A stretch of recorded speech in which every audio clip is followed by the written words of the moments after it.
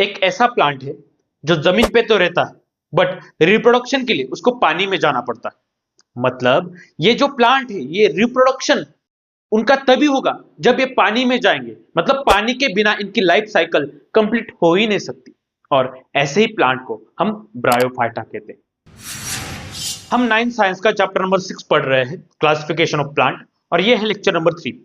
शुरुआत के 2 लेक्चर यदि आपने देखे नहीं तो मैंने चैनल पे ऑलरेडी प्लेलिस्ट बनाई है, आप तुरंत चेकआउट कीजिए और वो 2 लेक्चर भी देखिए, जिससे इस लेक्चर में आपको कनेक्टेड फील होगा और आप इजीली कॉन्सेप्ट को समझ पाओगे।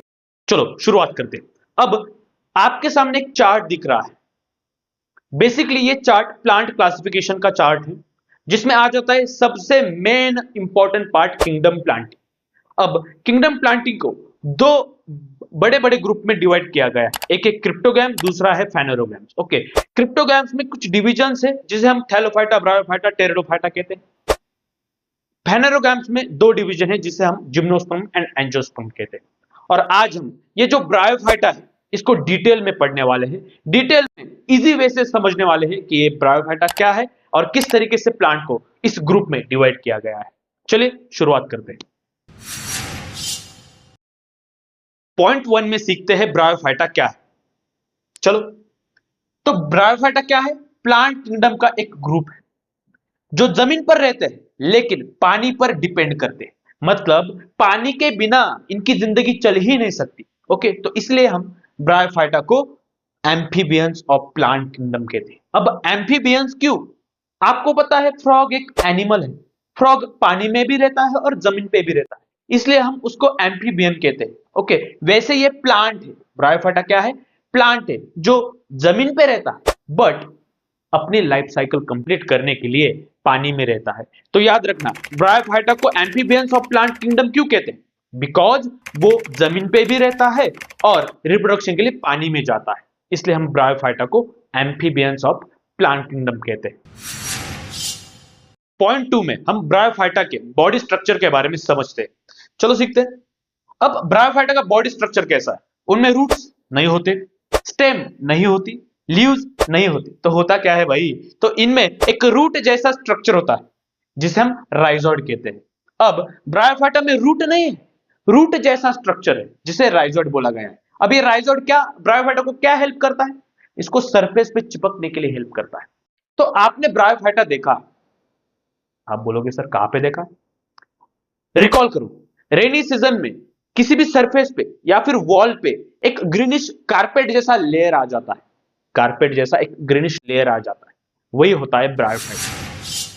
पॉइंट 3 में ब्रायोफाइटा के हैबिटेट के बारे में सीखते हैं। अब बायोलॉजी में जब भी हैबिटेट वर्ड आपको दिखे तो याद रखना रहने की जगह। चलो सीखते हैं कि ब्रायोफाइटा कहां पे रहते हैं। वो मॉइस्ट और शेडी प्लेस पे मिलते हैं जहां पे पानी इजीली अवेलेबल हो, ज्यादा धूप ना हो। अब आप मुझे बताओ इनको पानी क्यों चाहिए? क्योंकि पानी के बिना इनकी लाइफ साइकिल कंप्लीट हो ही नहीं सकती, रिप्रोडक्शन के लिए इनको पानी की जरूरत पड़ती है। इस तरीके से ब्रायोफाइटा कहां पे रहते हैं? मॉइस्ट और शेडी प्लेस पे मिलते हैं। पॉइंट 4 में ब्रायोफाइटा की रिप्रोडक्शन के बारे में सीखते हैं। चलिए, अब ब्रायोफाइटा का जो मेल गैमेट वो पानी के थ्रू फीमेल गैमेट तक पहुंचता है। ब्रायोफाइटा का मेल गैमेट पानी के थ्रू फीमेल गैमेट तक पहुंचेगा, दोनों फ्यूज होंगे और फ्यूज होने के बाद ही वो अपने जैसी प्रजाति निर्माण कर पाएंगे और इसी को हम रिप्रोडक्शन कहते हैं। ओके, तो इसी वजह से इनको पानी की जरूरत पड़ती है और ये रिप्रोडक्शन करते हैं। अब इनका एग्जाम्पल क्या है? पहला है मॉस, दूसरा है मर्चेंटिया। अब नाम थोड़ा सा जबरदस्त है, मर्चेंटिया, बट याद रखना है एग्जाम पॉइंट ऑफ व्यू से। ओके, पहला एग्जाम्पल क्या है? मॉस, दूसरा है मर्चेंटिया। अब ये जो है ये कहां पे मिलते हैं? तो वॉल पे, जमीन पे या फिर रॉक पे ये बरसात में हमें दिखते हैं। कैसे दिखते हैं? Greenish layer type. ओके, तो वही होते हैं मॉस एंड मर्चेंटिया। अब आपको एक डाउट आया होगा, सर ब्रायोफाइटा तो अलगी जैसा ही दिखता है, तो दोनों सेम है क्या? चलो पॉइंट 5 में इसी कंफ्यूजन को हम क्लियर करते हैं। अब अलगी क्या है? एक थैलोफाइटा जो मोस्टली एक्वेटिक होता है और ब्रायोफाइटा क्या है? मोस्टली लैंड प्लांट है। और ब्रायोफाइटा में राइजोइड जैसा एक स्ट्रक्चर होता है, रूट लाइक स्ट्रक्चर, सीखा था ना हमने। और इनका स्ट्रक्चर थोड़ा सा कॉम्प्लेक्स होता है, इसलिए ब्रायोफाइटा और अलगी दोनों अलग अलग ग्रुप में आते हैं। अब आपको क्वेश्चन आया एग्जाम में, right short note on bryophyta, कैसे लिखोगे? चलो सीखते हैं। ये जो पॉइंट है डायरेक्टली ये लिख डालो, फुल मार्क आपके पक्के। देखिए सबसे पहला point, they are small plant, they live in moist place. Second point. Third point, they have no true roots, stem and leaves. Fourth point, rhizode present in bryophyta.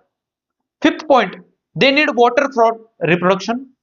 Sixth point, bryophyta called amphibians of plant kingdom. And seventh point में उनका example लिख डालो, जैसे कि moss. तो इस तरीके से एग्जाम में पूरे पॉइंट्स लिख डालो। अब आप इसका स्क्रीनशॉट ले लो या फिर आपकी साइंस की नोटबुक में लिख लो। ओके, तो इस तरीके से पूरे पॉइंट्स लिख डालो और फुल मार्क्स गेट कर लो।